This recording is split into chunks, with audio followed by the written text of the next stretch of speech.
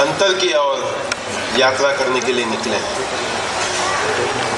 उन्होंने ये निश्चय किया, निर्णय किया, अनुभव भी किया कि धर्म से अलग होकर जीना, इससे आंतरिक सुख शांति उनको प्राप्त हुआ नहीं।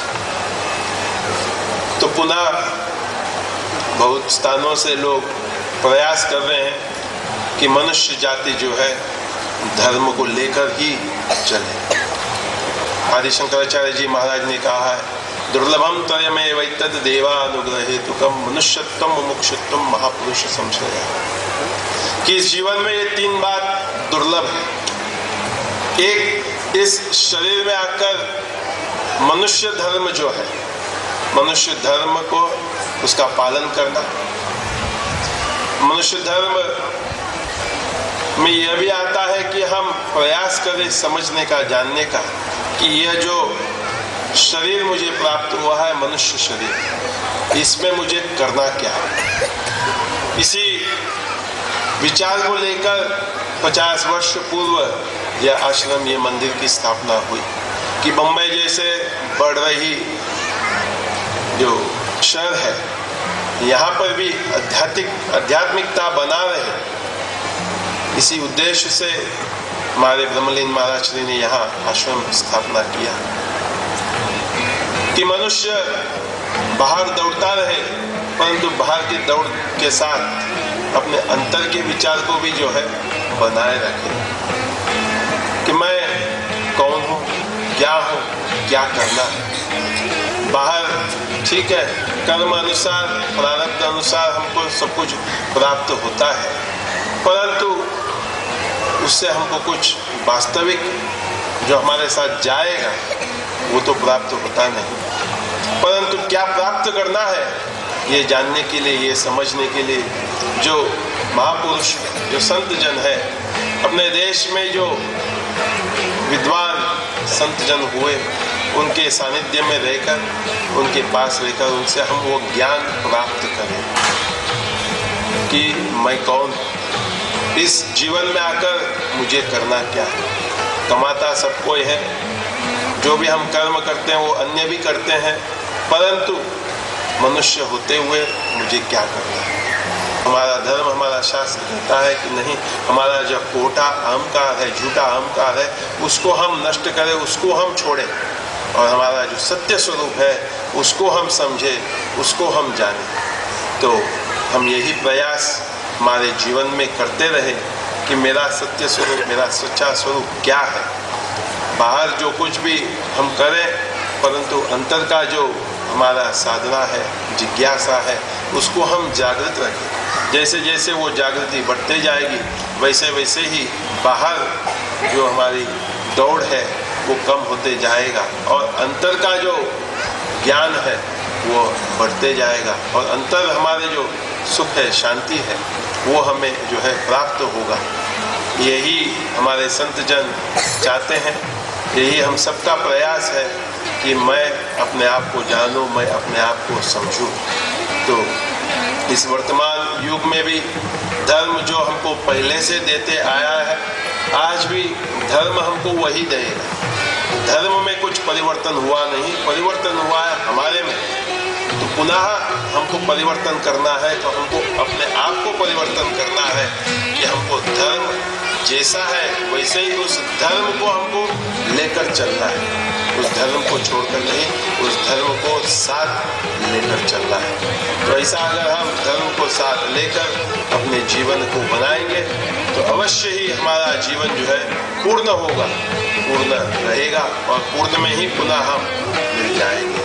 इतना ही कहकर अपने वाणी को मैं विराम देता हूं।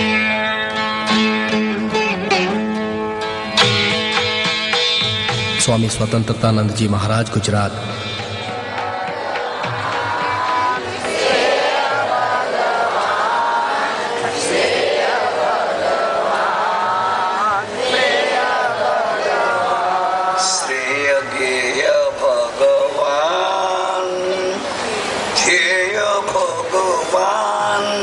श्रेय भगवान, प्रिय भगवान,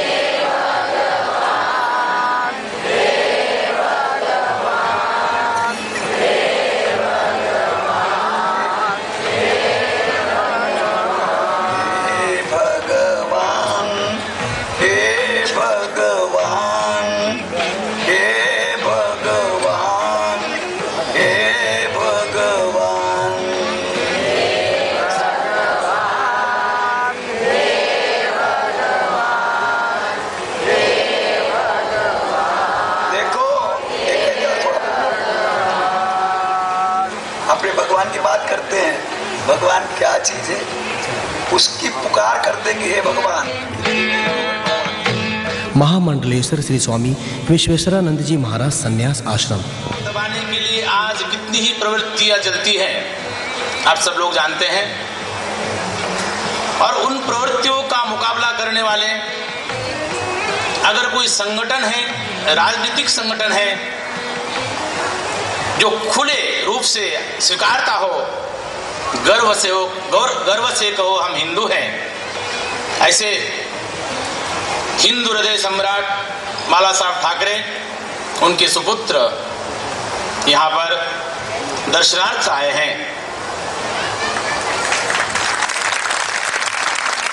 ये कोई सामान्य बात नहीं। मैंने आपको परसों कहा था कि लोग धार्मिक मंच पर आकर के आने के लिए डरते हैं, क्योंकि हमको कोई न कहे कि धर्म भीरू है। मैं बाला साहब ठाकरे जी से मिलने गया था, उन्होंने कहा था कि मैं अवश्य आता, परंतु मेरा कार्यक्रम कहीं अन्यत्र पहले से निश्चित है। वो संभवतः एक आध दिन और जरूर आएंगे, परंतु उनका प्रतिनिधित्व करने के लिए हमारे युवा नेता, जो भविष्य के हमारे ये वो हिंदुत्व विचारधारा है, उसके वो अब सूत्रधार हैं। मैंने उनसे कहा कि आप कुछ दो शब्द कहें।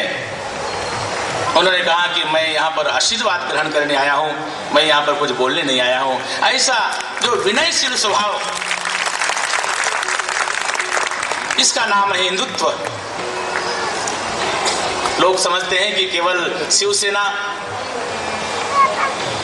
ऐसी पार्टी है जो खड़ी खड़ी बोलती है, परंतु आज आवश्यकता है कि गर्व से को हम हिंदू हैं, और हिंदू पर कोई अत्याचार होता है तो उसका प्रतिकार करने के लिए हमारी हिंदू सेना, ऐसे युवा नेता बैठे हुए हैं। हम उनका इस आश्रम की ओर से स्वागत करते हैं। अब वो सचमुच, मैं कहता हूं कि यहाँ पर जो बड़े बड़े महापुरुष बैठे हुए हैं, उनका आशीर्वाद उनको प्राप्त हो। उनको मैं यहाँ पर बोलने के लिए मैं बहुत विशेष रूप से नहीं कहूँगा, उनको बाध्य नहीं करूँगा, फिर भी आप समय निकाल करके आए हैं। आप सबकी ओर से हम उनका स्वागत करते हैं। और अगर दो शब्द कहना चाहे तो बात अलग है। आप आपके सामने हैं, अगर वो कहना चाहें मैं उनको मजबूर नहीं करूँगा, फिर भी